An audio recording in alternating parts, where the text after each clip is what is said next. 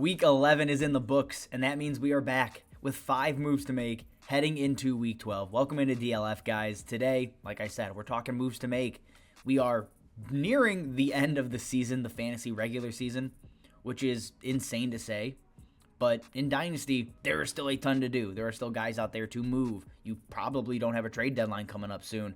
You have guys that you can add from injury, players to move on from. There's a whole ton of stuff to do in Dynasty still.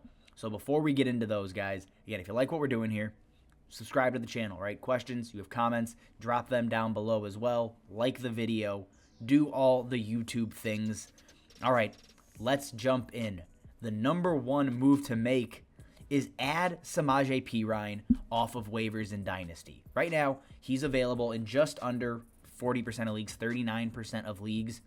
And the reason he needs to be a priority add is Joe Mixon left with a concussion. Is there a guarantee he misses time? No, of course not. However, with the new concussion protocol, as we've seen it the last couple of weeks, you could see guys miss 2-3 games even potentially. And with what Samaje Perine just did in his limited opportunity as the quote-unquote lead back, he has to be rostered. Again, he's been an elite. He's been Mixon's handcuff for a long time. However, he's never gained the traction to actually be rostered like a true handcuff, and we haven't called it out either. So there's some blame on us here. We?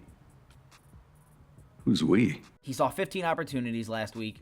Obviously, 4 targets, 3 receiving touchdowns, and while that's never going to be the norm for somebody like Samaje Perine, it shows the upside that the starting running back has in this offense, right? We've seen Mixon have a fantastic year. If Mixon were to miss any time, Perine becomes a top 20, top 15 running back in the right matchup, just because this offense produces points at the running back position. So go out, add Samaje Perine. Number 2, we have another handcuff that needs to be rostered. It's the Chicago Bears' third-string running back, Trestan Ebner. Obviously, with Khalil Herbert on IR, someone had to step up and take that number 2 role. And while he's not going to earn the touches that Khalil Herbert had, who was looking like he was about to take the starting role, he still was the only other running back not named David Montgomery to touch the ball. Right? You're looking at 7 opportunities. He's available in 45% of Dynasty leagues on Sleeper.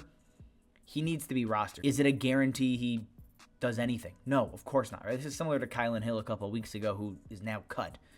You're basically trying to just grab handcuffs and see if somebody goes down. He's a precautionary ad. That's it. You're not adding Trestan Ebner to play him in your lineup. And again, he's available in 45% of leagues in Dynasty, so it's not as if anybody's out there was saying, let me get Ebner and throw him in my lineup. He's a handcuff. He needs to be rostered. Go and add Trestan Ebner in Dynasty. Number 3, and this is a two-parter. 1, add Joe Flacco. 2, sell Zach Wilson. Now, if you're on Twitter, you probably saw the video that went around for Zach Wilson, and basically 4 dropped interceptions, multiple just bad reads, airmailing dump-offs. Zach Wilson's not it.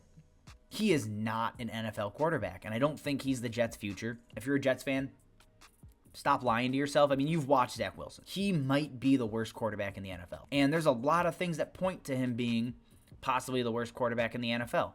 2 of my favorites, he is 34th among quarterbacks in accuracy rating based on Player Profiler. There's only 32 starters. Zach Wilson is bad. He's just an inaccurate quarterback, and he's not getting better, and that's terrifying. And then the other one here, your true completion percentage. So if you're looking at, you get rid of the drops, you get rid of your throwaways where you're not under pressure. He's 37th. 37th in true completion percentage. Again, 32 starting quarterbacks. Zach Wilson is not it. He is not the guy. And the reason I'm saying add Joe Flacco, specifically, this is a super flex thing. If you're not in super flex, don't even worry about it. But if Flacco's floating around out there, maybe he's on benches still, he should be, go and scoop him up, because I think there's a non-zero chance, and that's the worst phrase in fantasy, but I'm going to use it, a non-zero chance that Wilson gets benched down the stretch here. The Jets have a good team. They have a very good team, and Zach Wilson is holding them back. Is Joe Flacco better? Maybe. He's probably going to make less mistakes, so go ahead, add Flacco, sell Zach Wilson. What can you sell him for? That's probably what you're wondering. multiple seconds, you're not getting a first rounder for him. I think we know that. You might not even get 2 seconds. I'm okay pulling the ripcord here. Again, I'm a person who, if I see somebody and I think they're a flat-out bust, I'll sell. And this is selling low. I don't care. People are going to say bad process, bad take. That's fine with me. I'm not concerned about previous cost to acquire. It doesn't matter at this point in his career.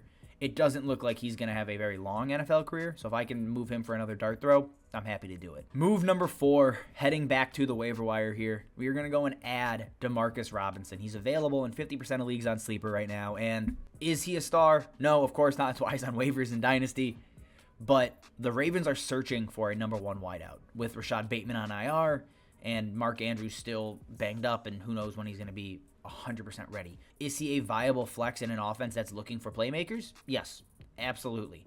Lamar Jackson is he's a superstar quarterback. He's a much better passer than people give him credit for. Still, somehow nobody wants to acknowledge it. Demarcus Robinson is going to have value moving forward. Is it going to be consistent? No, probably not. It'll be a mix of him and Devin Duvernay each week. But Demarcus Robinson has shown he is capable of garnering a large target share and doing something with it. That has value in Dynasty. Throw him at the end of your bench, again, as a potential desperation flex play, as a bye week fill-in down the stretch here if you still have some people left. That's what you're looking at with Demarcus Robinson. Again, available in 50% of leagues. Go and scoop him up. And move number 5 here. We're going back to trade targets. We're going to actually be selling Isiah Pacheco if you are not a contender, right? You're the 6th seed. You're not looking like you're going to do damage in the playoffs.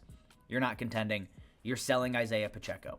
His value is going to be elevated because, 1, CEH, high ankle sprain most likely. That's at least the news from Sunday night. I'm recording Monday night, so I don't have a ton of clarity, but that's the expectation. And then 2, he's a day 3 running back on an offense that has never fully committed to a running back long term. At least recently. Why would you not sell Pacheco? He's gonna get a value bump this season, right? CH injured, he gets the primetime bump. Everybody just saw him. He looks fun, exciting, and I think he's a solid running back. But day 3 running back should not be a part of your long-term plans in Dynasty. If you can go ahead and flip him for a second-round pick, you take that deal. If you can get a first-round pick, and I've seen that floated out there, which is insane. I mean, if you're buying, do not buy him for a first. I swear to God. So if you can get a first for Pacheco, move immediately. That's the easiest slam dunk trade of all time. If you have Pacheco and you're not contending, go ahead, sell him off. You're looking for a 2023 second at a minimum, and you might get more with the value bump that we just talked about. All right, guys, that is all we have for you. If you like what we're doing, again, subscribe to the channel. You have questions, you have comments, drop them down below as well. As always, thank you for watching, and we will see you next time.